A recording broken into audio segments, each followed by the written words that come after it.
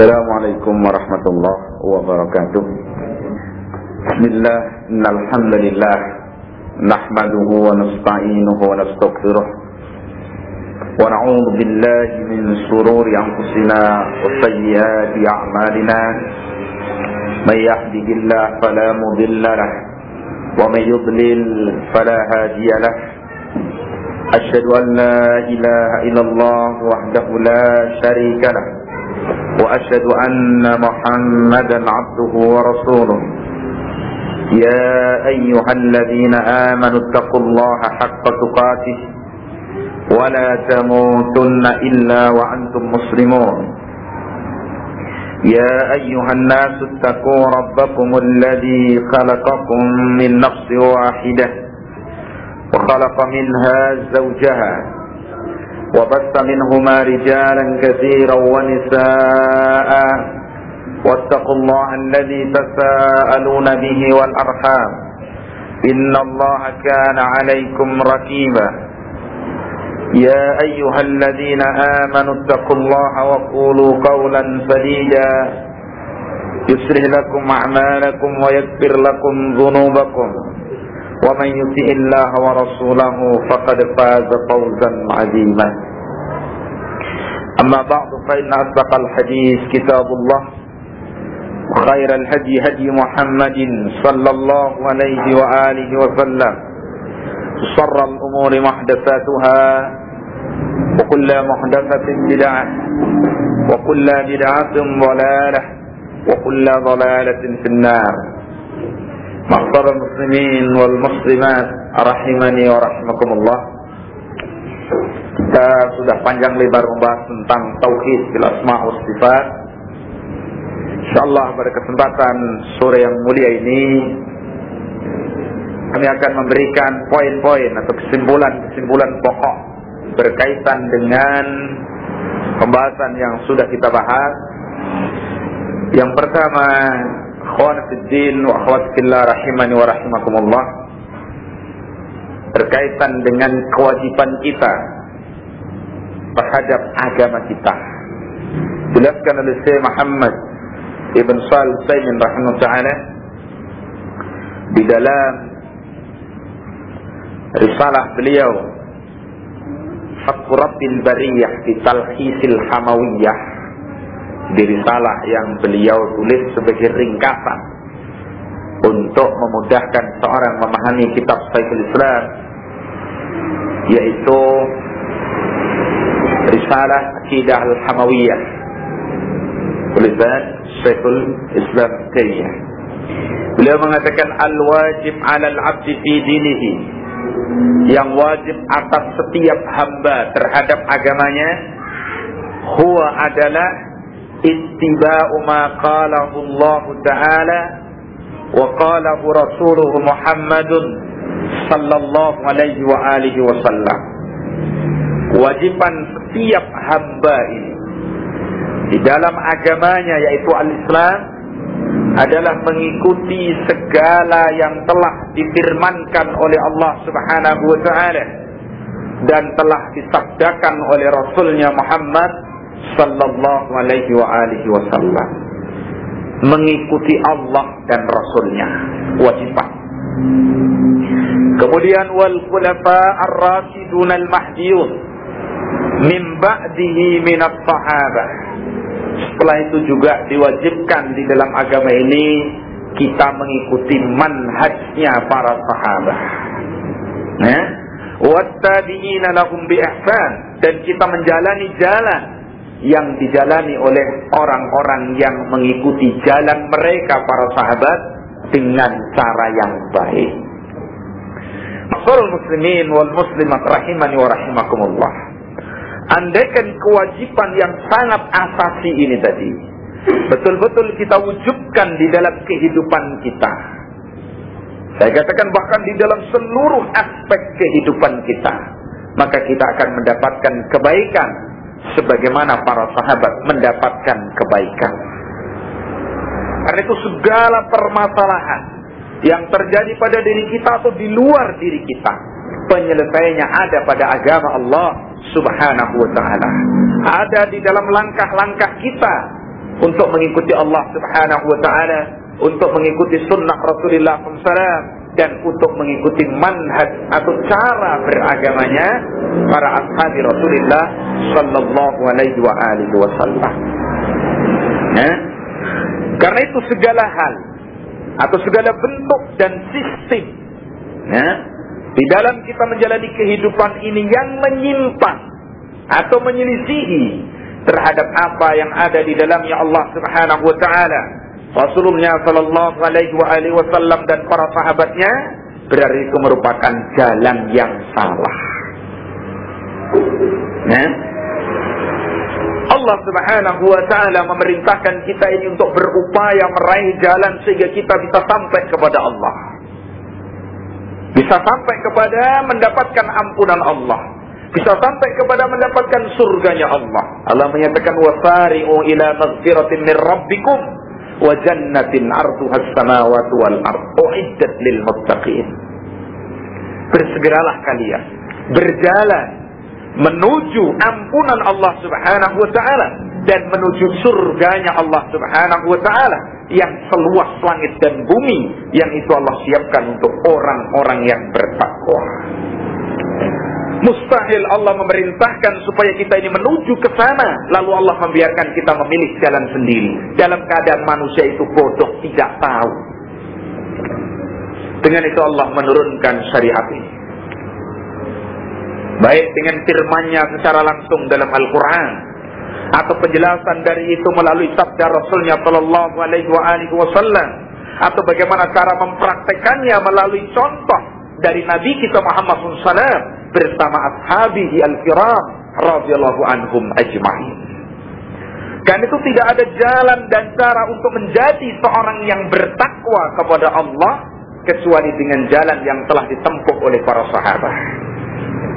Andaikan kita dalam semua aspek kehidupan berupaya untuk ini. Poin yang pertama dalam diri kita adalah bagaimana kita mendidik diri kita, menanamkan bahwa agama Allah itu hak, agama Allah itu sempurna untuk mengatur segala urusan. Manhaj nabinya dan para sahabatnya adalah manhaj yang benar satu-satunya. Insya Allah kita akan menjadi manusia yang siap diatur oleh agama Allah Subhanahu wa taala. Karena itu kita dilarang talfik. Talfik dalam istilah adalah mengambil apa yang kita rasa cocok, membuang yang tidak kita rasa enak. Itu tidak boleh. Allah mengingatkan keras masalah itu. Ya. Bahkan dikatakan makna wa may yabtaghi ghairal islami dinan falan yuqbala minhu wa huwa fil akhirati minal khasirin. Barang siapa yang mencari agama selain agama Allah, mencari jalan hidup selain jalan Allah Subhanahu wa taala, maka hal itu tidak akan diterima oleh Allah Subhanahu wa taala dan dia di akhirat termasuk orang-orang yang merugi. Hukuman yang pertama, segala amal yang dibangun tidak di atas dasar agama Allah, la yuqbala minhu, tidak akan diterima. Dan bukan hanya ringan tidak diterima, wa huwa fil akhirati minal khasirin, dia akan menjadi orang yang rugi berhadapan dengan azab Allah nanti di yaumul qiyamah. Bagi seorang muslim yang betul-betul ingin beriman kepada Allah, ingin mendapatkan kebenaran, ingin mendapatkan kebahagiaan di sisi Allah, maka satu ayat ini mestinya sudah menjadi peringatan. Untuk apa kita ini bekerja keras, berjihad, bercucuran keringat, bersemangat, kalau kita sudah tahu bahwa itu tidak akan diterima oleh Allah Subhanahu wa taala. Kenapa? Karena kita ketahui bahwa itu di luar agama Allah Subhanahu wa taala, di luar petunjuk Rasulnya sallallahu alaihi wasallam. Dan itu yang wajib bagi setiap hamba di dalam agama yang dia miliki, yaitu Islam ini. Pertama adalah mengikuti apa yang difirmankan oleh Allah. Al-Quran itu sebagai dasar kehidupan kita. Sempurna Al-Quran, itu nggak kurang sesuatu apapun. Yang kedua, wattiba'u ma qalahu Rasulullah SAW, dan mengikuti apa yang telah disabdakan oleh Rasulnya sallallahu alaihi wasallam dalam semua bentuk sunnah Nabi. Baik itu yang mengatur tentang masalah kabar-kabar yang ada dalam Islam ini, yang mengatur tentang masalah hukum-hukum yang ada di dalam Islam ini, yang mengatur tentang ketentuan bermuamalah di dalam Islam ini, yang mengatur tentang bagaimana perkara yang kecil, katakan adab dan adab harian kita. Mari kita menjadi seorang yang hidup di atas Islam yang sesungguhnya. Kita sama-sama menyadari bahwa kita ini banyak kekurangannya. Kita tidak boleh berhenti di situ, belajar, beramal, berdakwah, bersabar, berjihad melawan nafsu kita masing-masing. Ketika kita dihadapkan dalam suatu perkara yang di situ kita dituntut akan kewajiban kita ini tadi, ini ucapan Allah, ini ucapan Rasul, ini manhajnya para sahabat, begini ketentuan agama kita. Bagaimana kita mendidik diri kita itu untuk menjadi manusia yang tidak membantah. Karena membantah itu ada dua bentuk. Membantah yang bentuknya inat, dilahirkan. Oh, ini tidak benar, saya tidak mau itu, bahkan mengkufuri dan seterusnya. Ada yang membantah bentuknya apa? Keengganan di dalam hati. Dua-duanya sama-sama berbahaya, karena bisa mengikis keimanan, bahkan mengeluarkan pelakunya dari apa? Al-Islam. Kan itu salah satu syarat dari la ilaha illallah adalah al-qabul, menerima. Tidak ada rad sama sekali, tidak ada membantah sama sekali terhadap agama Allah Subhanahu wa ta'ala. Kan itu para ulama kita mengatakan, kalau sudah demikian pemahaman kita dan sudah demikian tekad dan keinginan kita, maka kita ini tidak membutuhkan lagi aturan-aturan selainnya dari Islam. Dan kita akan dijamin oleh Allah Subhanahu wa ta'ala menjadi manusia yang sangat teratur. Kapan dia tidur, kapan dia bekerja, kapan dia makan, kapan dia tidak makan. Bagaimana kalau dia masuk rumah, bagaimana kalau dia keluar rumah. Bagaimana bapak bergaul dengan anak, bagaimana anak bergaul dengan bapaknya. Dan seterusnya. Kalau semua itu betul-betul diukur ke atas tanah agama Allah Subhanahu wa ta'ala, yang salah akan menyadari dirinya salah, lalu berupaya mencari solusi, meminta kekuatan kepada Allah supaya berhenti dari kesalahan, berpindah kepada yang benar. Ingat, itu ulama, kewajiban. Dan itu makna kewajiban kita menerapkan syariat Islam itu jangan hanya terkebiri kepada permasalahan potong tangan, rajam, tidak. Dikatakan oleh ulama kita syariat Islam itu sumul, mencakup seluruhnya. Itu ketika ahli sunnah ini mengucapkan syariat Islam, itu jangan tergambar dalam pikirannya sekedar pencuri dipotong tangannya, penzina dirajam dan dicambuk, atau kisos diterapkan. Bukan itu. Sebab ketika Allah menyatakan inil hukmu illa lillah, amara alla ta'budu illa iyyah. Hukum itu hanya milik Allah. Hukum hanya milik Allah. Yang kadang-kadang ayat ini dibaca seperti segitu saja oleh sebagian kaum muslimin. Inil hukmu illa lillah. Tapi kelanjutan ayat itu Allah menyebutkan yang pertama dan paling pokok. Allah memerintahkan kalian supaya kalian tidak beribadah kecuali hanya kepada Allah. Berarti inil hukmu illa lillah. Hukmu Allah yang paling tinggi apa? Tauhid. Kewajiban pertama. Ma'asyiral muslimin wal muslimat rahimani wa rahimakumullah. Jadi dijelaskan oleh Syekh tadi, kewajiban hamba di dalam agama ini tadi, kalau kita ini berbuat, kita nasabkan kepada agama, kalau kita ini meyakini di atas namakan agama, kalau kita ini mengucapkan di atas namakan agama, wajib untuk mengikuti Allah, mengikuti Rasulnya, dan mengikuti cara beragamanya para ashabi Rasulullah Sallallahu Alaihi Wasallam. Itu diperhatikan supaya kita ini terhindar dari subuhat. Ya. Jadi nanti ukurannya ke sana, seolah-olah itu sebagai neraca, timbangan gitu. Ya, kenapa demikian?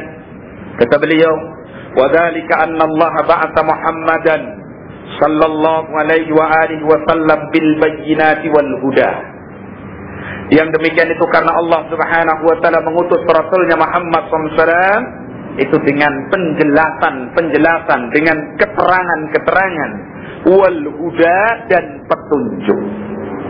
Itu isinya agama. Ya. Wa aujaba ala jami'in nas ay yu'minu bihi. Dan Allah mewajibkan atas seluruh manusia bukan hanya kita, seluruh manusia di muka bumi ini yang hidup menjumpai Rasulullah Muhammad SAW, diperintah, diwajibkan oleh Allah seluruhnya ayyu'minu bihi, untuk beriman kepada Rasulullah Muhammad SAW.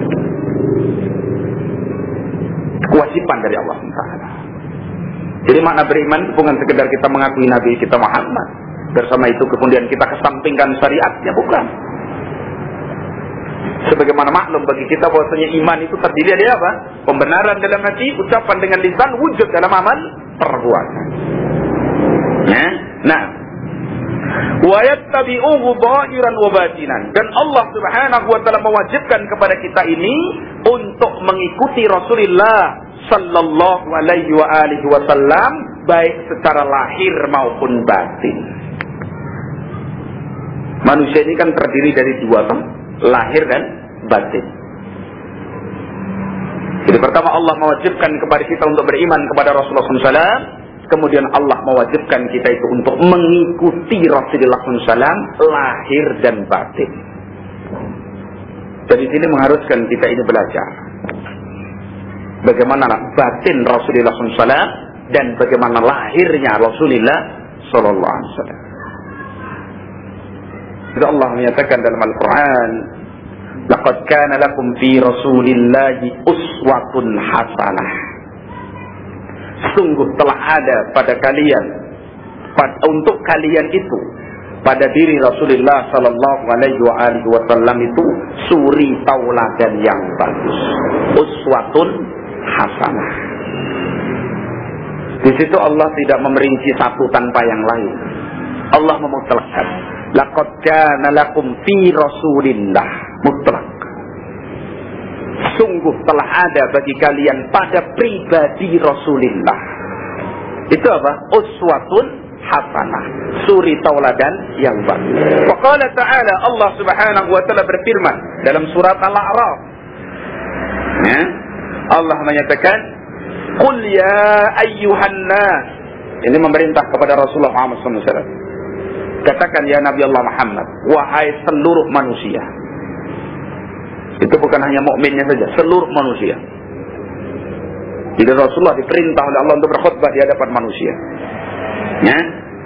Qul ya ayyuhan nas inni rasulullahi ilaikum. Nabi disuruh mengatakan di depan umat, sesungguhnya aku, kata Nabi SAW, itu adalah utusan Allah untuk kalian seluruhnya. Ayat ini sekaligus sebagai dalil bahwa khusus Rasulullah SAW itu diutus oleh Allah untuk seluruh umat manusia, baik yang berkulit putih maupun yang berkulit merah maupun yang berkulit hitam, baik yang bangsa Arab ataupun non-Arab, baik yang berbahasa Arab ataupun berbahasa Ajam. Semua ketika mereka menjumpai kerasulan Muhammad SAW wajib untuk mengikuti dan beriman dengannya. Itu Nabi SAW dalam hadis yang diriwayatkan oleh Muslim mengatakan, la yasma'u bi ahadun min hadhihi al-ummah yahudiyyun aw nasraniyyun summa mata wa lam yu'min billadhi ursiltu bihi illa kana min ashabin nar. Tidaklah mendengar tentang aku ini telah diutus oleh Allah seorang pun dari umat ini, apakah dia Yahudi, apa dia Nasrani, lalu mati dalam keadaan tidak beriman dengan apa yang aku bawa, sungguh tidak lain kecuali dia itu penduduk neraka. Dari sini terbantah pemahaman tentang toleransi yang kelewat batas, ya, yang hari ini banyak munculkan ke permukaan. Makna toleransi yang kelewat batas itu sampai menyamakan agama. Ada upaya menyetarakan agama, sehingga Yahudi, Nasara dengan Islam disamakan. Sama-sama Tuhannya Allah, sama-sama nabinya adalah nabi dari Allah, sama-sama kitabnya dari langit, katanya. Dengan menutup mata terhadap kegamblangan ayat-ayat Allah di dalam Al-Quran yang menyatakan kekafiran mereka. Orang yang semacam itu tidak mengikuti apa yang Allah ucapkan dan tidak mengikuti apa yang disabdakan oleh Rasulullah Sallallahu Alaihi Wasallam. Nah kalau sampai kepada mereka jelas ilmu, disampaikan hujah mereka sudah jelas, kafir mereka. Karena salah satu pembatal keislaman itu apa? Seorang yang ragu-ragu terhadap orang yang telah dikafirkan oleh Allah dan Rasulnya. Seorang yang meragukan kekafiran orang yang telah dihukumi Allah dan Rasulnya kafir, berarti dia sendiri kafir. Kita ini kok ragu terhadap kekafiran Yahudi, kita kafir. Setelah sampai kepada kita ilmu. Kok ada seorang meragukan tentang kekafiran orang-orang Nasara, kafir. Allah Subhanahu wa taala menyatakan dalam Al-Qur'an, "Lam yakunil ladzina kafaru min ahlil kitab wal musyrikina munfakkina hatta ta'tiyahumul bayyinah." Tidak mungkin orang-orang musyrik, orang-orang kafir dari kalangan ahli kitab, itu Yahudi dan Nasara. Demikian juga orang-orang musyrik Arab pada saat itu. Mereka tidak akan pernah melepaskan keyakinan mereka sampai kamu ya Muhammad bisa mendatangkan bukti kepada mereka. Tapi toh setelah didatangkan bukti, mereka juga tidak beriman. Jadi kafir. Allah menyatakan laqad kafara alladziina qalu innallaha tsalisun tsalatsa. Sungguh telah kafir orang yang mengatakan bahwa Allah itu salah satu dari 3 Tuhan. Siapa ini?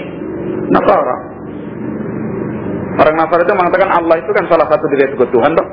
Ada Tuhan Bapa yang namanya Allah itu, ada Tuhan Anak, Yesus, ada Roh Kudus. Nasara aliran yang lain 4 Tuhannya. Ada Tuhan Bunda, istrinya Bapak, istrinya Allah. Atau lebih kejinya kalau menurut orang Yahudi itu zina. Ya? Itu kafir, jelas nas Quran. Sedang tadi dikatakan yang wajib bagi setiap hamba dalam agama ini adalah mengikuti apa yang Allah ucapkan. Karena itu sungguh benar apa yang dikatakan Syekhul Islam di dalam muqaddimah tafsir beliau mengatakan yang maknanya barang siapa yang mengikuti Al-Quran dia akan hak di atas kebenaran. Al-Quran itu adalah suatu yang menakjubkan. Semakin digali, semakin menakjubkan. Semakin diselami, semakin dalam. Semakin orang belajar, semakin dia tidak tahu. Al-Quran. Tidak ada di antara kita ini orang yang fakih secara total tentang urusan Al-Quran ini. Belum ada.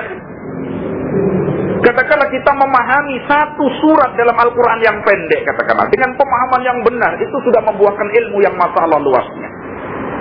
Misalkan surat Al-Fatihah. Itu kalau kita pahami ilmu yang terkandung di dalamnya, Masya Allah. Al-Imam Ibnul Qayyim menyusun kitab yang tebal-tebal 3 jilid. Namanya Madarijus Salikin. Itu cuma menerangkan 1 ayat dalam Al-Quran. Iyyaka na'budu wa iyyaka nasta'in. Itu ilmu baru dari 1 ayat dalam 1 surat. Bagaimana kalau 1 surat? Allah memberikan rezeki kepada Ibnu Qayyim ilmu yang demikian luas. Dengan memahami 1 ayat, yaitu Iyyaka na'budu wa iyyaka nasta'in. Beliau menerangkan siapa sih orang yang ahli Iyyaka na'budu wa iyyaka nasta'in, yang betul-betul berjalan dalam jalan Iyyaka na'budu wa iyyaka nasta'in. Dijelaskan dalam 3 kitab besar Madarijus Salikin, mengikuti Al-Quran. Sampai Syekhul Islam mengatakan barang siapa yang mengatakan daging babi itu haram, berarti dia telah hak karena dia mengikuti Al-Quran. Dan demikian seterusnya. Itu agama kita, maksud. Jadi kita tidak usah berpolemik tentang pendapat ini dan seterusnya. Selama ada Al-Quran di situ cukup. Cuman Al-Quran butuh pemahaman. Dan itu ketika Ali bin Abi Thalib digugat oleh orang-orang Khawarij yang notabene adalah para penghafal Quran, sehingga disebut kaum qurra, ahli baca Quran. Yang dia mengangkat mushaf di sini. Ini hakim itu ini katanya. Al-Quran dulu diangkat. Hakim ini bukan manusia. Maka Ali mengambil 1 mushaf yang besar, ditaruh di depannya. Kumpulkan para ahli Qur'an itu tadi, orang-orang Khawarij tadi. Maka Ali dengan marah memukul Quran tadi. Wahai Al-Quran, bicaralah. Maka mereka heran dengan perbuatan Ali. Apa demikian ya Amirul Mukminin? Ali menjelaskan, kalian sama-sama tahu bahwa Al-Quran ini tidak bisa bicara sendiri. Butuh kepada apa? Pemahaman. Maka terdiamlah mereka ahli Quran. Ya? Jadi makna mengikuti tadi tidak bisa dipisahkan tiga rangkaian ini. Karena itu barang siapa yang memahami Al-Quran tidak dengan sunnah, dia pasti tersesat. Pasti. Nggak bisa tidak. Kalau kita mau ambil contoh saja, bagaimana kita melaksanakan sholat kalau nggak ada sunnah? Gimana? Dalam Al-Quran cuma aqimis sholat atau warka'u ma'ar raki'in. Masa cuma berdiri sama rukuk? Terus habis itu ngapain? Nggak ada sujud, nggak ada apa dan seterusnya. Dalam Al-Quran nggak diterangkan. Kalau andaikan tegak syariat Islam, lalu kita menjumpai seorang mencuri, kalau kita tidak kembali kepada sunnah Nabi, kita tengkar tentang batasan memotong tangan itu. Sebatas mana dipotong tangan pencuri? Ada yang mengatakan, ya di sinilah habis, namanya tangan sampai sini, habisin aja. Oh enggak, tangan itu segini, yang satu segini, yang satu cuman jarinya saja, itu yang dipakai ngambil duit tadi misalnya. Polemik tidak akan pernah selesai. Kembali kepada sunnah Rasulullah sallallahu alaihi wa alihi wasallam. Coba para sahabat ketika turun ayat Allah Subhanahu wa taala, alladzina amanu wa lam yalbisu imanahum bidzulmin ulaika lahumul amnu wa hum muhtadun. Orang-orang yang beriman dan tidak mencampurkan keimanan mereka dengan kezaliman, mereka lah yang akan mendapatkan keamanan nanti di yaumul kiamat, dan mereka lah orang yang mendapatkan apa? Petunjuk. Para sahabat berat dengan ayat ini. Begitu mendengar ayat ini dari Rasulullah SAW, mereka datang kepada Nabi SAW. Ya Rasulullah, ayyuna lam yadlim nafsah. Demikian perkaranya. Artinya orang yang beriman dan tidak mencampuri imannya dengan kezaliman sama sekali, baru akan aman dan mendapat petunjuk. Mafhumnya, orang yang masih berbuat zalim dalam keimanannya, berarti dia tidak mendapatkan keamanan dan tidak mendapatkan apa? Petunjuk. Kan itu sahabat berat dengan hal ini. Itu sahabat yang secara bahasa insya Allah sudah tidak diragukan. Maka mereka datang kepada Rasulullah SAW. Ya Rasulullah, ayyuna lam yadlim nafsah. Mana di antara kita ini yang tidak pernah menzalimi dirinya? Semua manusia pernah berbuat apa? Zalim. Sahabat memahami zalim itu umum, termasuk dulmun duna dulmin, zalim kecil. Andaikan tidak dijelaskan oleh Nabi SAW, mereka tetap dalam kesusahannya dan tetap dalam keberatannya. Akhirnya salah memahami ayat Allah Subhanahu wa ta'ala. Baru setelah datang kepada Rasulullah SAW, mereka tadi dibimbing dengan penjelasan sunnah. Maka Nabi SAW mengatakan, laisa kama taqulun. Yang dimaksud zalim oleh Allah itu bukan seperti yang kalian ucapkan. Ala tasma'u qawla 'abdin salih. Bukankah kalian pernah mendengar ucapan seorang hamba yang saleh? Ya bunayya la tusyrik billah, inna syirka la dzulmun adzim. Siapa yang dimaksud hamba yang saleh tadi? Luqman. Bukankah kalian pernah mendengar ucapan seorang hamba yang saleh? Wahai anakku, jangan sampai kamu mensekutukan Allah, karena dosa syirik itu kezaliman yang paling besar. Jadi walladzina amanu wa lam yalbisu imanahum bidzulmin ditafsirkan oleh Nabi, makna zalim tadi, zalim yang ada pada surat Luqman, yaitu syirkul akbar. Selesai, sahabat mendapatkan ilmu. Rajaknya bangkit lagi kepada Allah Subhanahu wa ta'ala, dibimbing dengan sunnah Rasulullah sallallahu alaihi wa alihi wasallam. Berarti barang siapa yang memahami Al-Quran bukan dengan sunnah Nabi, fardu ain tersesatnya itu. Gak bisa ditawar-tawar. Harus salah, harus tersesat. Karena itu di negeri kita ini muncul kaum yang namanya kaum Qur'aniyun, ingkar sunnah. Merasa cukup dengan Al-Quran, gak perlu sunnah, karena sunnah itu ucapan manusia, kata dia. Kalau toh Nabi benar yang membawa sunnah sampai hari ini tuh gak bisa apa? Dipercaya 100%, mungkin salah, karena manusia yang membawa itu. Dia tidak ingat dengan janji Allah Subhanahu wa ta'ala. Ya. Inna nahnu nazzalna dzikra wa inna lahu lahafidz. Sesungguhnya kami itu telah menurunkan Al-Quran, dan kamilah yang akan menjaga Al-Quran tadi. Makna menjaga Al-Quran itu bukan berarti cetakan Quran nanti ada yang disalahkan, bukan sekedar itu. Karena Al-Quran itu adalah agama Islam dijaga oleh Allah Subhanahu wa ta'ala. Berarti Allah punya tujuan menjaga apa? Agama ini. Zat yang punya tujuan mustahil akan lalai dari sarananya. Coba Allah menyatakan, "Wallazi arsala rasulahu bil huda wa dinil haq." Tujuannya apa? Liyudhhirahu 'ala dini kulli. Allah lah yang telah mengutus rasulnya dengan dinil haq, bil huda wa dinil haq, dengan huda dan dinil haq, dengan agama yang benar. Liyudhhirahu 'ala dini kulli, untuk memenangkan agama Nabi tadi atas semua agama. Jadi Allah punya tujuan memenangkan Islam di atas seluruh agama. Dan andaikan Allah mau selesai tanpa sarana. Dimusnahkan agama selain Islam, letakkan Islam, bisa. Tapi Allah punya hikmah yang sangat dalam. Supaya hambanya bisa berlomba dan naik kepada derajat yang tinggi, pelaksanaan penjagaan ini tadi dikembalikan kepada hambanya itu tadi. Karena itu kita pahami, setelah Allah Subhanahu wa ta'ala menyatakan bahwa dirinya punya tujuan akan memenangkan Islam, Allah tidak akan pernah lupa sarana untuk memenangkan Islam tadi. Di antaranya terjaganya Islam itu, terjaganya sunnah Nabi, munculnya orang-orang yang dipilih Allah membela agamanya, berkhidmah kepada sunnah, berjihad di jalan Allah Subhanahu wa ta'ala. Liyudhhirahu 'ala dini kulli. Jadi perlu kembali kepada pemahaman sunnah Rasulullah SAW. Ini kaidah ya, patokan. Barang siapa yang memahami Al-Quran tidak dengan sunnah Nabi, pasti dia tersesat. Enggak mungkin bisa hidup dengan Islam di dunia ini. Kan itu 3 kewajiban tadi jangan dipisah-pisah. Mengikuti Allah, mengikuti Rasulnya, mengikuti manhaj para sahabat. Itu tidak bisa dipisah. Agama itu ya itu. Ya. Kaidah yang kedua, kelanjutan dari kaidah yang pertama tadi. Perhatikan kaidah yang pertama. Dan itu harus kita tanamkan pada diri kita supaya kita ini yakin bahwa Islam itu benar, manhaj salaf ini adalah hak.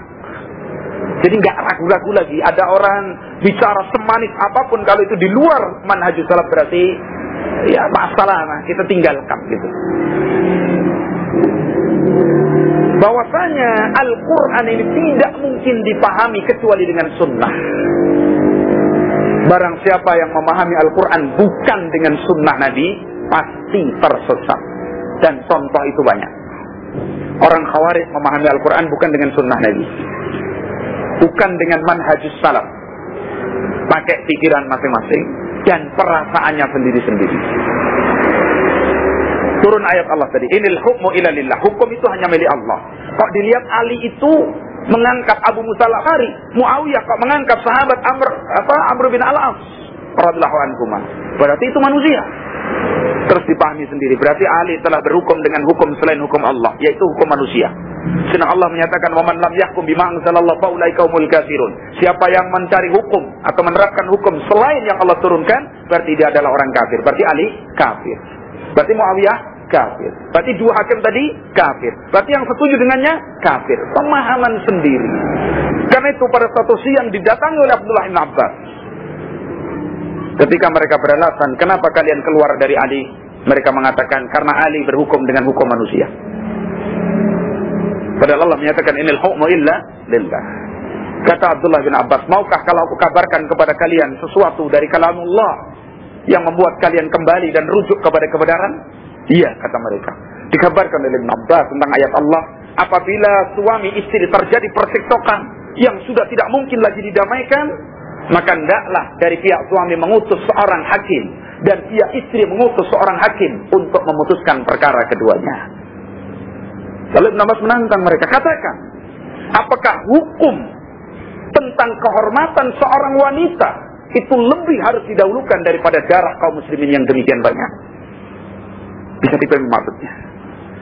Bukankah Allah juga menyerahkan keputusan hukumnya kepada seorang hakim yang adil di dalam percekcokan suami istri? Itu nas Quran tuh. Berarti boleh begitu maksudnya. Makna menggunakan orang untuk memutuskan hukum itu bukan berarti berhukum selain hukum Allah, tidak. Karena dalam hukum Allah itu ada yang perkaranya Allah serahkan kepada manusia. Kalau suami istri cekcok nggak bisa didamaikan, bagaimana solusinya menurut Al-Quran?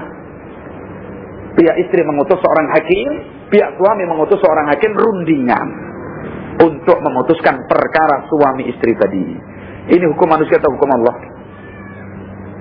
Hukum manusia atau hukum Allah? Keputusannya hukum manusia, dasarnya adalah hukum Allah. Diam akhirnya sebagian Khawarij tadi. Lalu kembali kepada kebenaran sekitar 2.000 orang. Karena mereka 6.000. Kurang lebih 6.000 orang yang kembali 2.000. 4.000 tetap akhirnya diperangi oleh Ali. Nah, di perang ini bukan berarti Ali yang mendahului. Karena Ali ditanya, saya tidak akan mendahului. Kecuali mereka telah memerangi kami. Dan itu pasti mereka lakukan. Kenapa Ali mengatakan pasti mereka lakukan? Karena kebenaran sabda Rasulullah SAW. Bahwa ada kaum yang akan memberontak. Kan itu bibit Khawarij dulu seperti itu. Ketika Rasulullah SAW lewat, dijumpai seorang yang sujud, ruku, Masya Allah khusyuk dalam ibadahnya, dalam salat. Maka Nabi SAW mengatakan, Man qatala hada, siapa yang akan membunuh orang ini? Ditawarkan sama Nabi. Ada seorang sahabat, dalam riwayat lain Abu Bakar, sudah menyiapkan pedangnya, dihunuskan berangkat. Dijumpai orang tadi sedang sujud.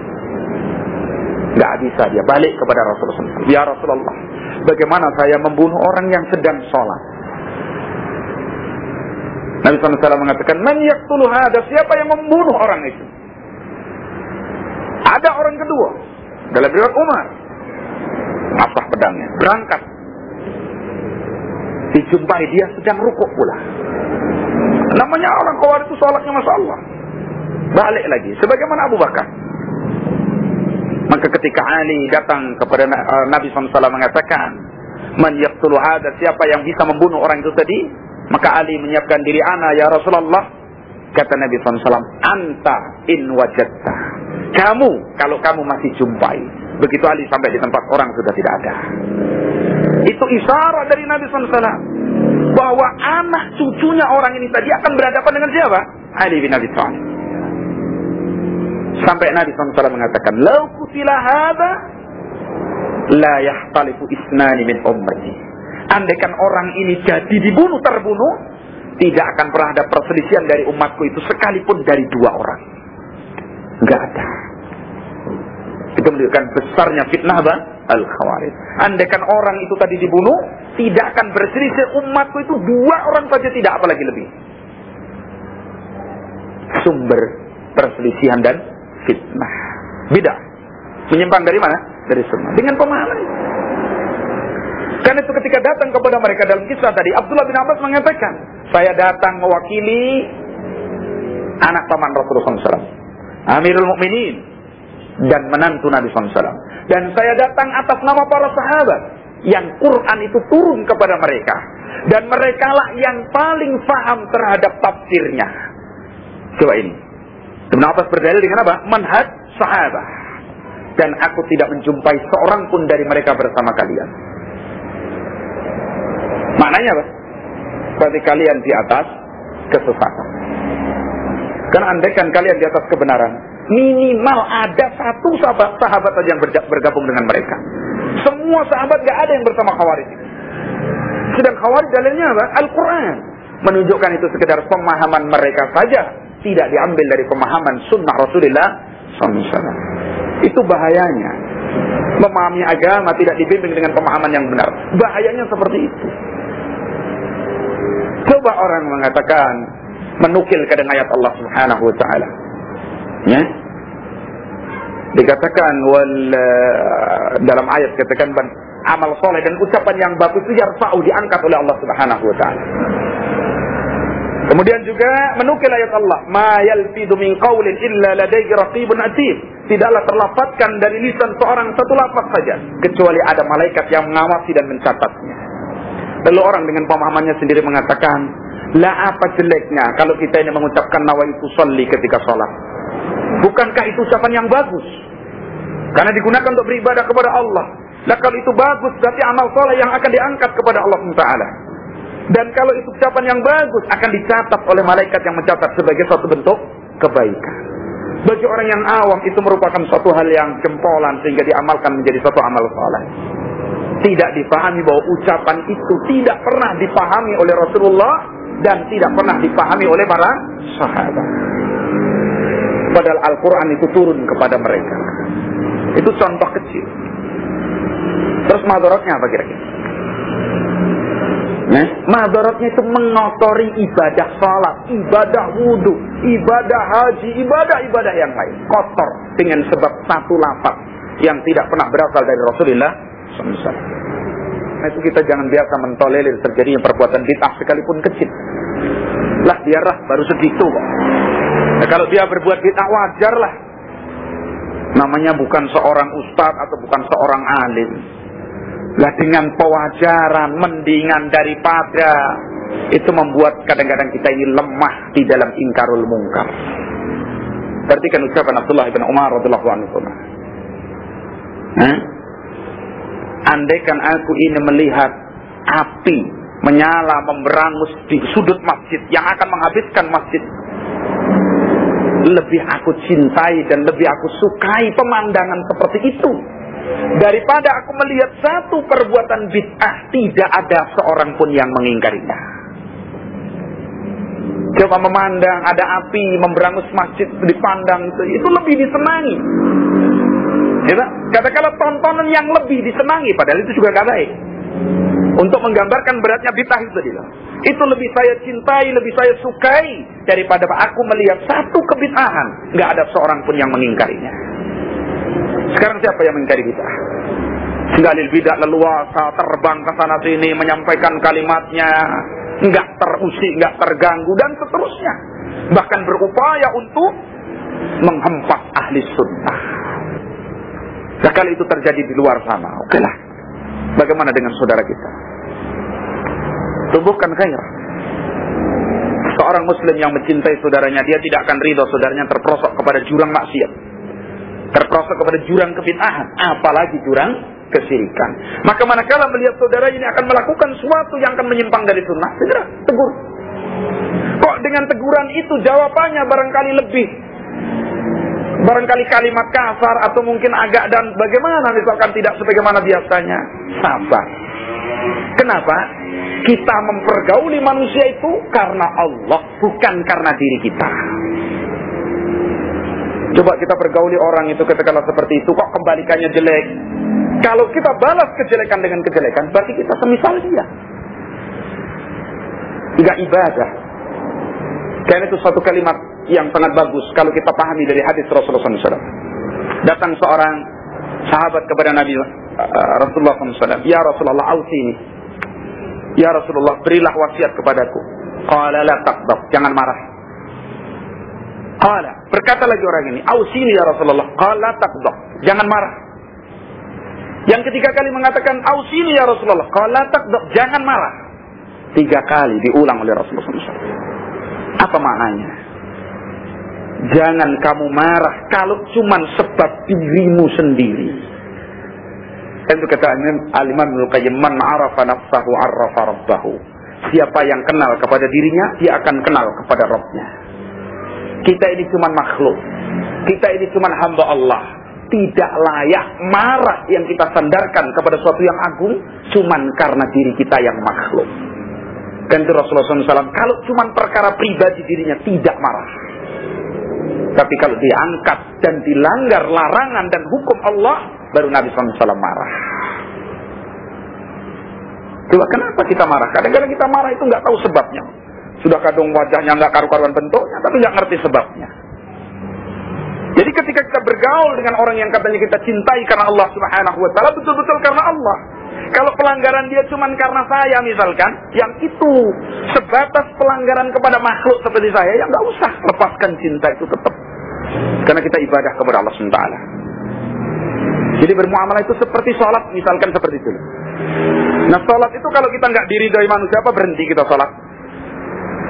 Wah saya sudah sholat, kayaknya ke orang nggak ada yang suka sama saya, gantilah, nggak usah sholat, ganti acara yang lain. Apa seperti itu? Demikian juga bermuamalah kepada sesama muslim. Baik, kembali kepada pembahasan kita. Jadi kaidahnya, siapa yang memahami Al-Quran bukan dengan sunnah Rasulullah SAW, dia pasti tersesat. Kemudian yang kedua, siapa saja yang memahami Al-Quran dan sunnah Rasulullah SAW bukan dengan pemahaman para sahabat, bukan dengan manhajus salaf, dia pasti tergelincir. Coba dua patokan ini kita hafal dan kita tanamkan pada diri kita. Barang siapa yang memahami Al-Quran bukan dengan sunnah Nabi, dia pasti tersesat. Barang siapa yang memahami Al-Quran dan sunnah tidak dengan pemahaman salaful ummah, dia pasti tergelincir salah. Kalau kita kembalikan kepada pembahasan kita, kewajiban seorang hamba di dalam agamanya adalah mengikuti Allah, mengikuti Rasulnya, mengikuti cara beragamanya para sahabat. Ayat Allah Subhanahu wa ta'ala menyatakan, "Qul ya ayyuhan nas inni Rasulullah ilaikum." Perintah Nabi SAW. Ya? Jami'an. Alladzi lahu mulkus samawati wal ard. Saya ini Rasul utusan Allah Zat yang baginya kekuasaan yang ada di langit dan ada di bumi. La ilaha illa huwa. Tidak ada ilah yang hak kecuali dia. Yuhyi wa yumit. Zat yang menghidupkan dan mematikan. Nah, fa'aminu billahi wa rasulihi. Maka berimanlah kalian kepada Allah dan berimanlah kalian kepada Rasulnya. An-nabiyil ummi. Seorang nabi yang ummi. Mana ummi? Tidak bisa tulis, baca. Ya. Kemudian perintah Allah, wattabi'uhu la'allakum tahtadun, dan ikutilah oleh kalian Rasul tadi, mudah-mudahan kalian mendapatkan petunjuk. La'alla itu kalau untuk Allah pasti. Ya ayyuhalladzina amanu kutiba 'alaikumul shiyam kama kutiba 'alal ladzina min qablikum la'allakum tattaqun. Mudah-mudahan itu pasti. Seperti ini. La'allakum tahtadun, mudah-mudahan kalian mendapatkan apa? Petunjuk. Maknanya kalau kalian beriman kepada Rasulullah SAW, kalau kalian mengikuti Rasulullah SAW, pasti kalian akan mendapatkan apa? Petunjuk. Itu makna dalil kewajiban kita beriman dan mengikuti Rasulullah Sallallahu Alaihi Wasallam. Kemudian kewajiban kita mengikuti ashabi Muhammadin Sallallahu Alaihi Wasallam.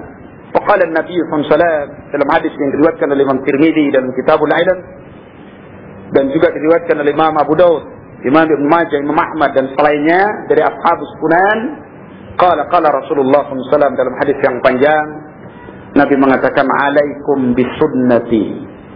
Wajib bagi kalian berpegang dengan sunnahku. Itu pertama. Wa sunnatil khulafa'ir rasidin al-mahdiyyin min ba'di. Dan wajib kalian berpegang dengan sunnah para khulafa'ir rasidin setelahku. Siapa mereka? Para sahabat. Khususnya khalifah yang 4. Ya.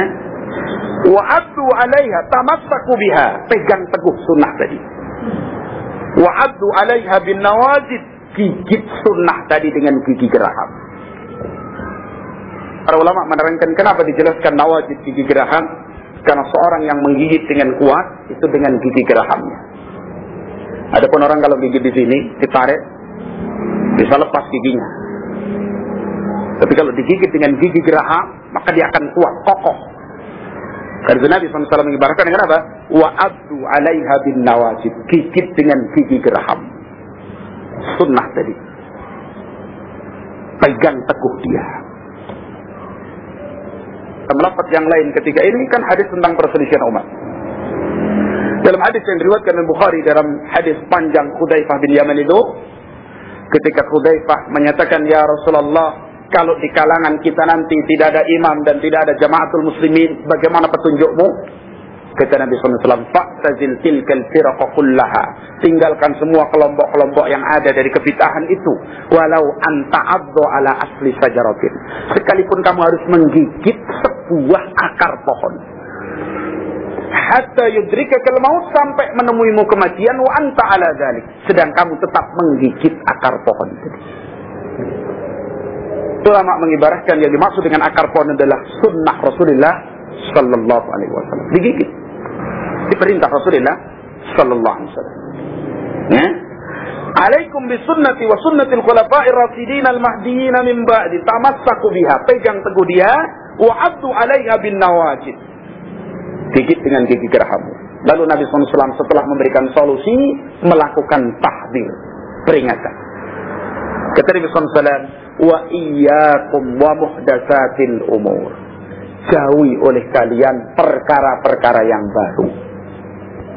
Sebenarnya hadis ini sangat gamblang, tapi kenapa mayoritas umat tidak paham? Hadis ini dikenal mereka. Kita yakin bahwa mayoritas kaum muslimin itu punya kitab Arba'un Hadisan Nawawiyah, punya Imam Nawawi. Bahkan mayoritas orang-orang Nahdiyin katakanlah itu punya kitab ini, kitab kebanggaan mereka. Karena Imam Syafi'i itu, karena Imam Nawawi itu termasuk ulama besar dalam mazhab Syafi'iyah. Bahkan pujian ulama kepada Syafi'i kepada Imam Nawawi dalam masalah mazhab, kalau Imam Nawawi sudah mengatakan demikian, tidak halal bagi seorang untuk menyelisihinya karena dia imam di dalam mazhab tersebut. Beliau menyusun satu kitab yang namanya kumpulan 40 hadis itu, Arba'un Hadisan Nawawiyah. Itu hadis ini terkantum di dalamnya. Wasiat Rasulullah SAW. Bahkan hadis itu, man ahdatsa fi amrina hadza ma laysa minhu fa huwa raddun. Wa fi riwayatin Muslimin, man amila amalan laysa alaihi amruna fa huwa raddun. Ada dalam Arba'un Nawawiyah. Ada dalam Sahih Muslim yang disarah oleh Imam Nawawi sendiri. Tapi kenapa mayoritas tidak memahami? Ini peringatan bukan sekedar peringatan dari seorang ustadz atau dari katakanlah guru atau seorang mubaligh atau seorang kepala kampung. Bukan, ini peringatan dari Rasulullah SAW. Nabi mengatakan wa iyyakum wa muhdatsatil umur. Bahkan dalam khutbah aja diulang-ulang seperti itu. Syarrul umuri muhdatsatuha wa kullu muhdatsatin bid'ah, diulang-ulang oleh Rasulullah SAW. Lalu kenapa kita ini kok enggan hari ini mendengar kalimat bid'ah? Dari tulisan keluar dari lisan Rasulullah sallallahu alaihi wasallam. Seorang yang betul-betul beriman dan mencintai Nabi serta mengagungkannya secara benar, ketika Nabi mensabdakan suatu sabda yang bentuknya peringatan, dia akan selalu mengambil saf depan mendengarkannya. Apa yang diperingatkan oleh Rasulullah SAW? Karena dia paham betul bahwa Rasul itu betul-betul mencintai dirinya. Rasulullah itu tidak ingin dirinya terseret kepada azab Allah. Maka ketika memperingatkan, berarti itu adalah jalan supaya kita ini selamat dari kejelekan. Mengatakan wa iyyakum wa muhdatsatil umur. Jauhi, hati-hati, tinggalkan oleh kalian perkara-perkara yang muhdats, baru. Muhdats itu baru, diada-adakan. Lalu Nabi mengatakan apa? Fa inna kulla muhdatsatin bid'ah. Segala perkara yang baru yang diadakan dalam agama ini itu disebut bid'ah. Wa kulla bid'atin dhalalah. Dan setiap kebid'ahan itu pasti kesesatan. Masih ada orang yang membagi ada sebagian bid'ah yang hasanah, ya. Bid'ah hasanah. Orang yang mengatakan adanya bid'ah hasanah, kalau disuruh memberi contoh bid'ah yang jelek tidak akan bisa. Dicoba silakan, nggak bisa. Apa contoh bid'ah yang hasanah itu apa? Nggak ada akhirnya. Kalau zina bukan bid'ah, itu maksiat. Jika seorang mengatakan ada bid'ah hasanah, apa contohnya? Bid'ah sayyi'ah itu, bid'ah yang jelek itu apa contohnya? Sampai ada seorang dai yang menasabkan diri kepada sunnah berteriak mengkanter Syekh bin Baz. La haula wala quwata illa billah. Padahal nggak ada apa-apanya. Ya jelas kita aja maklum. Dia mengomentari kitab Syekh bin Baz yang dalam bahasa Indonesia berjudul Peringatan dari Bid'ah, peringatan dari bahaya bid'ah, tentang Maulid Nabi, Isra Mi'raj itu. Dia mengatakan ya memang Syekh bin Baz menghukumi acara-acara ini adalah bid'ah. Tapi kita ini tidak boleh gampang-gampang mengatakan sesuatu itu bid'ah. Kalimat itu bagus. Kita nggak boleh gampang-gampang mengatakan sesuatu itu bid'ah. Itu benar. Tapi maksudnya untuk mengomentari Syekh Ibn Baz. Untung ada salah satu jamaah itu yang cerdas, alhamdulillah. Dia ngacung. Tanya Ustaz, lah kalau semacam itu tidak bid'ah, tolong beri contoh bid'ah yang diperingatkan Nabi dalam hadisnya. Bingung soalnya tadi. Lalu jawabannya apa? Wah, itu sulit mencari contohnya. Nah, coba. Nah, kalau Maulid Nabi, Isra Mi'raj, Nisfu Sa'ban yang dibahas bin Baz dalam buku itu tidak bid'ah katanya. Kita nggak boleh gampang-gampang mengatakan itu bid'ah. Nah, jamaahnya tanya, lalu contoh bid'ah yang jelek yang dikatakan Nabi itu apa? Oh, itu sulit cari contohnya, jawabnya. Cuman ini nggak mengatakan ada bid'ah hasanah. Cuman dalam keadaannya itu ada bid'ah hasanah. Sampai dia datang ke rumah, saya katakan, kalau antum belum siap membicarakan masalah bid'ah, sebaiknya tidak usah. Karena ucapan kalau didengar orang akhirnya menyesatkan, resiko.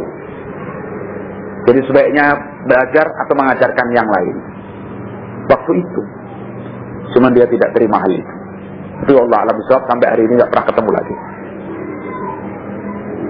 Menasabkan dirinya kepada sebagai orang di depan yang kembali kepada Al-Quran dan Sunnah.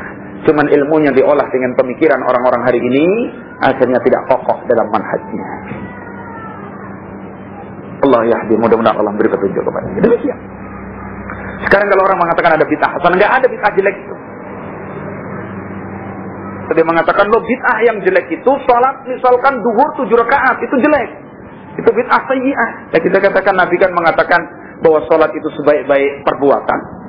Lah kalau saya ini banyak dosa dan seterusnya, kenapa sih? Apa salahnya? Apa jeleknya saya sholat 7 rakaat? Kan bagus juga. Itu ibadah kepada Allah, takarub yang paling dekat. Bahkan Nabi mengatakan paling dekatnya seorang hamba dengan Rabbnya ketika sujud. Lah kenapa saya tambah? Kalau Nabi mungkin 4, saya 7 karena saya lebih butuh. Gimana kira-kira? Kan bid'ah hasanah juga akhirnya. Enggak ada bid'ah sayyi'ah. Kalau kita berani mengatakan adanya bid'ah. Dan orang yang mengatakan ada bid'ah yang bagus, itu tidak mengikuti apa yang diucapkan oleh Rasulullah SAW. Karena nas hadis jelas mengatakan apa? Fa inna kulla muhdatsatin bid'ah wa kulla bid'atin dhalalah. Kul itu artinya seluruh. Semua orang paham bahwa kul artinya seluruh. Dan itu para ulama menjadikan lafaz kul itu termasuk lafaz umum. Umum itu artinya semuanya, enggak terkecualikan. Jelas ya? Itu makna kita mengikuti Rasulullah SAW. Nabi mengatakan kullu bid'atin dhalalah. Kita wajib mengatakan setiap bid'ah itu adalah sesat. Barang siapa yang mengatakan ada bid'ah yang tidak sesat, berarti dia telah tidak mengikuti ucapan Rasulullah sallallahu alaihi wasallam, siapapun orangnya. Itu ukuran. Karena itu patokan Quran dipahami dengan sunnah, Al-Quran dan sunnah dipahami dengan apa? Manhajus salaf. Kemudian kalau kita menjumpai ucapan sahabat ini bid'ah, padahal amalan itu disyariatkan dalam Islam, wajib kita bawa kepada makna bid'ah secara bahasa. Harus. Sebagaimana ucapan Umar bin Khattab radhiyallahu anhu yang menyatakan apa? Nikmatil bid'atu hadhihi. Sebaik-baik bid'ah itu ini. Yaitu apa? Salat tarawih secara berjamaah. Salat tarawih 11 rakaat, dalam riwayat 13 rakaat, dipimpin oleh seorang imam berjamaah. Ketika melihat itu terjadi pada masanya, Umar bin Khattab mengatakan, nikmatil bid'atu hadhihi. Sebaik-baik bid'ah itu ini. Ini yang mengatakan adalah Umar bin Khattab. Sedang kalau kita tilik kepada asal muasalnya, Nabi SAW pernah mencontohkan sholat tarawih 3 atau 2 malam. Kemudian Nabi tinggalkan. Dan ketika ditanya oleh para sahabat, ya Rasulullah, kenapa enggak engkau lanjutkan maknanya seperti itu? Kenapa enggak kita kumpul saja lanjutkan sebagaimana kemarin? Dalam hadis riwayat Bukhari, Nabi SAW mengatakan, ahsa antufradu alaikum wala mastata'tum. Kasih sayang Nabi, aku khawatir sholat tarawih berjamaah itu difardukan kepada kalian, lalu kalian tidak mampu mengerjakannya. Kalau hukumnya wajib, tidak mampu mengerjakan, apa resikonya? Dosa. Nabi tidak ingin umatnya terperosok kepada dosa. Itu contoh. Ya, nah, walafiddin rahimani wa rahimakumullah. Jadi kita pahami 3 kewajiban tadi. Yang pertama, kewajiban kita di dalam agama kita ini mengikuti apa yang difirmankan oleh Allah Subhanahu wa taala. Yang kedua, kita wajib mengikuti apa yang sudah disabdakan oleh Rasulullah sallallahu alaihi wasallam. Yang ketiga, kita wajib dalam beragama ini mengikuti petunjuk dan manhajnya para sahabat. Kemudian mengikuti para ulama yang menapaki jejak langkah mereka di dalam beragama ini sampai hari kita ini, bahkan sampai nanti yaumul qiyamah. Kewajiban 3 nanti diingat-ingat, dihafalkan. Dan itu kita gunakan sebagai fondasi kita di dalam kita memahami, mempraktekkan, mendakwahkan, mengilmui, mengamalkan apa saja yang ada di dalam agama kita ini. Nah, ikhwana fiddin wa akhwat fillah rahimani wa rahimakumullah. Barangkali itu yang bisa kita kaji pada kesempatan sore hari ini. Mudah-mudahan bisa memberikan manfaat sedikit dan tolong diingat-ingat dan difahami untuk kita menyimpulkan apa yang sudah kita bahas kemarin dalam tauhid fil asma was sifat. Demikian wallahu a'lam bishawab wa akhiru da'wana alhamdulillahirabbil alamin. Barangkali ada yang kurang dipahami, silahkan disampaikan. Nah, saya belum memahami itu yang dikatakan bid'ah, kalau bid'ah daripada iman tadi. Gitu. Jadi memang alasan mereka yang gampang-gampang atau bid'ah seperti bagus, makanan, bahkan ada yang 5 bid'ah. Sudah, Pak. Jadi di sana ada satu asar yang sahih dari sahabat Umar bin Khattab radhiyallahu an. Di kisah salat tarawih. Jadi ketika dulu pada masa Rasulullah ditinggalkan, pada masa Abu Bakar belum bisa terbentuk, pada masa Umar dipimpin oleh seorang imam salat tarawih. Dan dalam riwayat yang paling kuat 11 rakaat. Lalu melihat itu Umar mengatakan nikmatil bid'atu hadhi. Sebaik-baik bid'ah itu ini, yaitu salat tarawih berjamaah. Kenapa kita tidak mengatakan itu bid'ah hasanah? Atau bid'ah sebagaimana dimaksud oleh Rasulullah SAW. Pertama, karena amalan itu sudah pernah dicontohkan oleh Rasulullah. Tidak mungkin suatu amalan yang dicontohkan Nabi lalu kita menghukumi itu bid'ah. Itu mustahil. Jelas Pak ya? Jadi Rasul pernah mencontohkan salat tarawih berjamaah 2 atau 3 malam dalam hadis Bukhari. Lalu ketika Nabi ditanya, ya Rasulullah kenapa enggak kita lanjutkan saja maknanya? Kata Nabi SAW, ahsa an tufradu alaikum wala mastata'tum. Aku khawatir salat tarawih berjamaah itu fardu bagi kalian, lalu kalian tidak mampu. Sebabnya itu. Adapun setelah Rasulullah wafat, wahyu sudah terputus, agama sudah sempurna.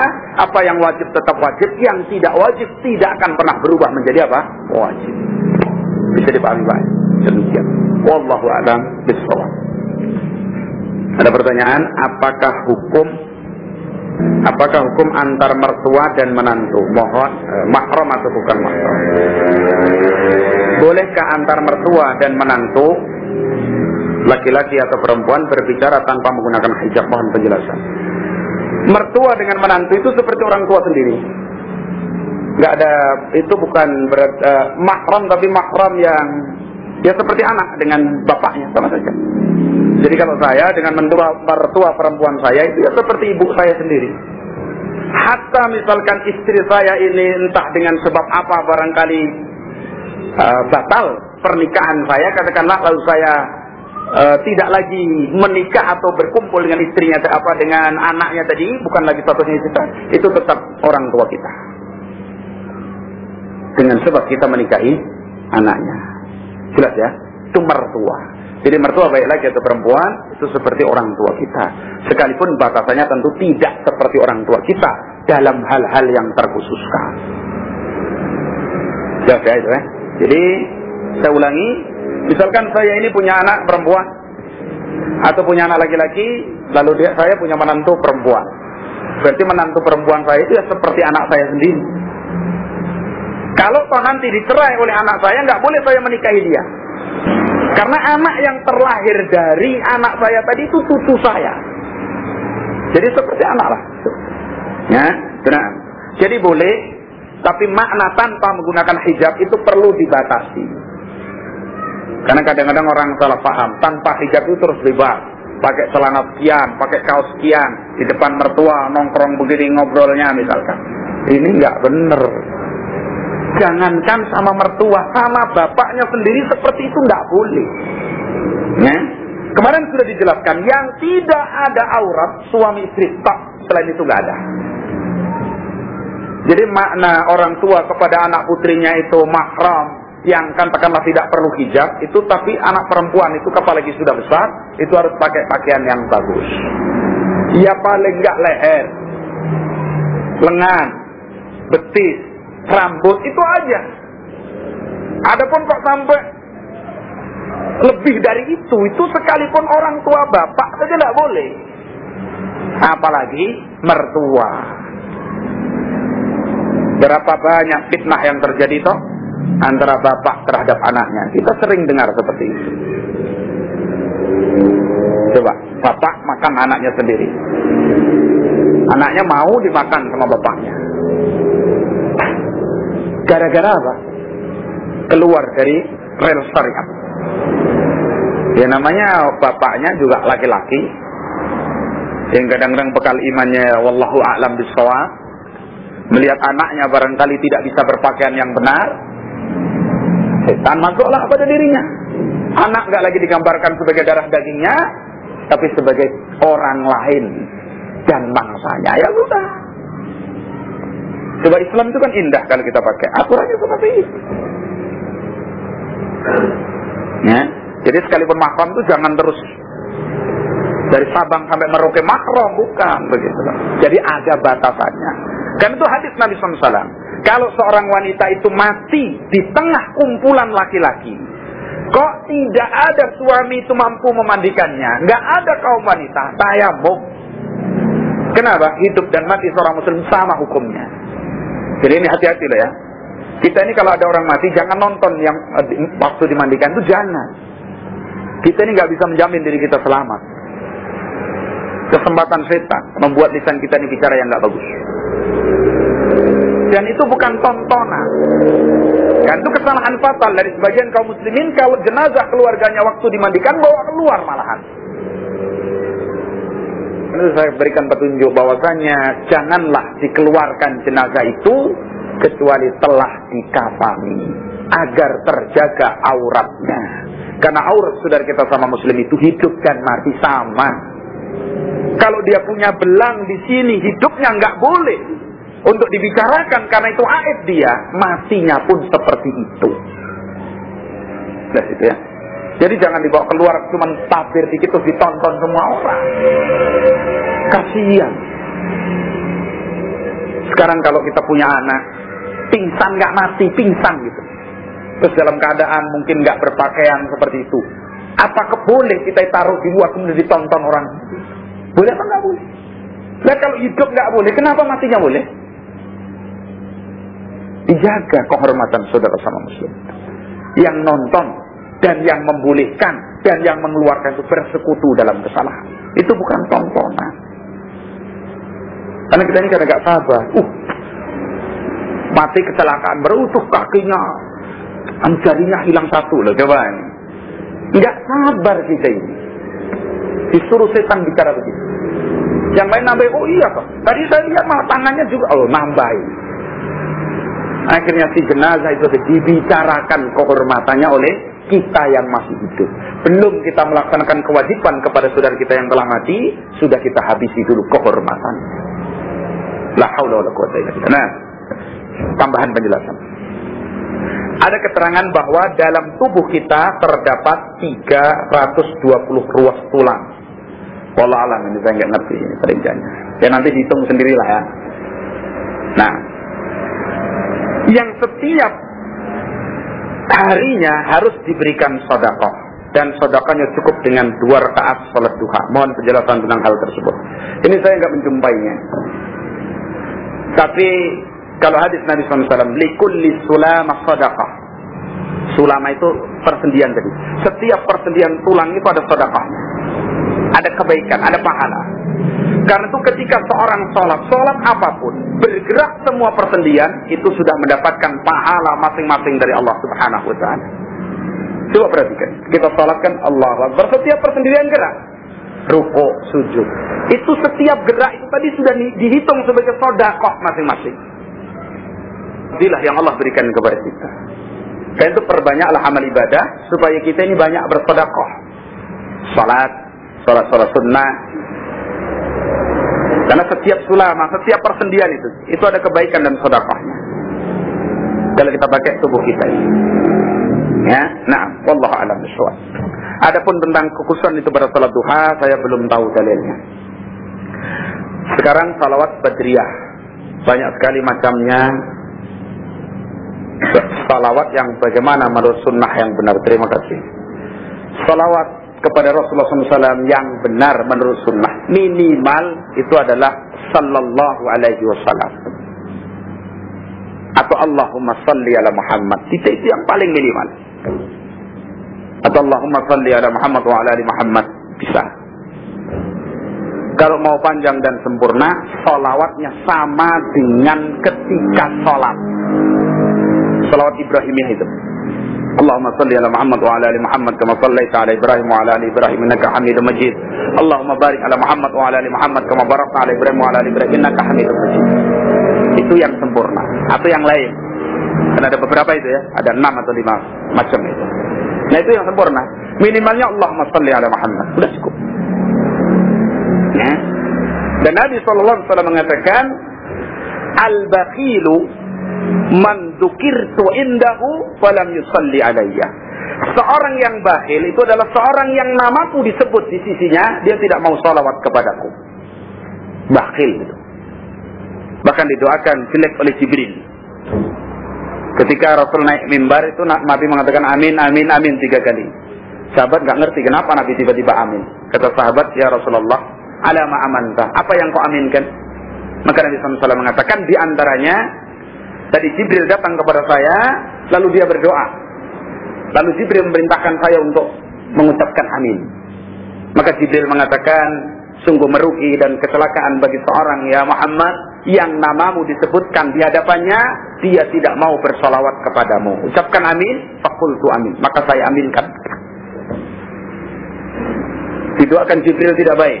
Bagi seorang yang disebut nama Rasulullah SAW, dia tidak mau bersalawat kepada Rasulullah SAW. Kerugian. Jelas ya itu?